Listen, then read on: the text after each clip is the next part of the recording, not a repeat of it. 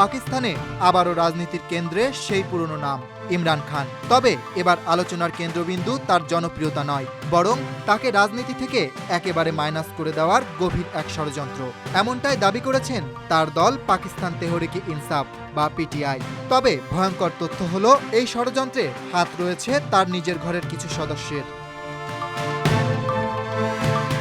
পিটিআইয়ের প্রতিষ্ঠাতা ও সাবেক প্রধানমন্ত্রী ইমরান খান বর্তমানে কারাবন্দী। তার অনুপস্থিতিতে দল ও রাজনীতির ভার যেন চলে গেছে অন্য কারো হাতে। এ সুযোগেই এক পক্ষ চাইছে ইমরান খানকে চিরতরে রাজনীতি থেকে সরিয়ে দিতে। পিটিআই বলছে এই পরিকল্পনা সমন্বিত এবং সুপরিকল্পিত, আর এটা শুধু বাইরে থেকে নয়, ভেতর থেকেও হচ্ছে।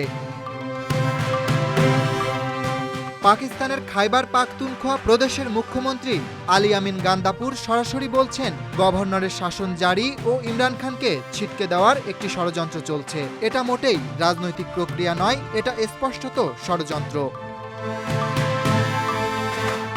আরও বিস্ফোরক অভিযোগ এসেছে পিএমএলএন-এর নেত্রী আজমা বুখারীর কাছ থেকে। তিনি দাবি করেছেন ইমরান খানকে রাজনৈতিকভাবে কোণঠাসা করেছেন তার নিজের বোন আলিমা খান এবং পিটিআইয়ের সোশ্যাল মিডিয়া ইউনিট। আজমা খান বলেন, যিনি একদিন নওয়াজ শরীফকে সাইডলাইন করতে চেয়েছিলেন, আজ তিনি নিজেই নিজের ঘরে অবাঞ্ছিত হয়ে গেছেন। পিটিআই এখন ৩টি কেন্দ্রীয় ও ৩টি প্রাদেশিক গোষ্ঠীতে বিভক্ত। খাইবার পাখতুনখোয়াতেই অন্তত ৩টি গ্রুপ, জুনায়েদ আকবর, আতিফ খান ও বিদ্রোহী গ্রুপ। ৩ দিকেই চলছে টানাপোড়েন। আজমার এই মন্তব্যের পাল্টা জবাব দিয়েছেন পিটিআই মুখপাত্র শেখ ওয়াকাস আকরাম। তিনি বলেন, ইমরান খানকে মাইনাস করার ষড়যন্ত্রে সরকার নিজেই আজ অপমানিত হয়েছে। ইমরান এখন শুধুমাত্র দলের নেতা নন, তিনি জাতির নেতা। তাকে ঠকানো যাবে না। গত ৩ বছরে বারবার পিটিআইকে ভাঙার চেষ্টা চলেছে, কিন্তু সবই ব্যর্থ। জনগণের ভালোবাসায় ইমরান খান আরও শক্তিশালী হয়ে ফিরে আসবেন।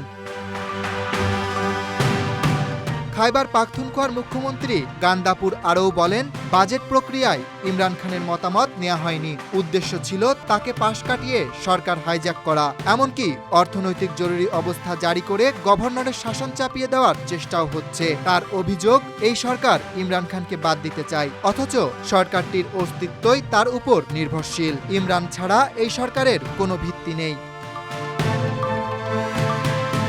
এখন প্রশ্ন, পিটিআই কি ভেঙে যাচ্ছে?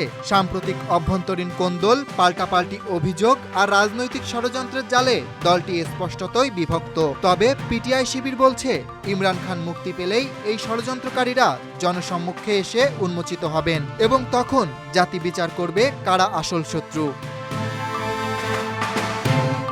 ইমরান খানকে -1 ফর্মুলায় রাজনীতি থেকে বাদ দেওয়ার এই নাটকীয় পটভূমি হয়তো পাকিস্তানের ভবিষ্যৎ রাজনীতিকে এক নতুন দিকে নিয়ে যেতে পারে। তবে প্রশ্ন একটাই, ইমরান কি ফিরবেন, নাকি সত্যিই তিনি হয়ে উঠেছেন নিজের ঘরের অবাঞ্ছিত অতিথি? Dhaka express desk report.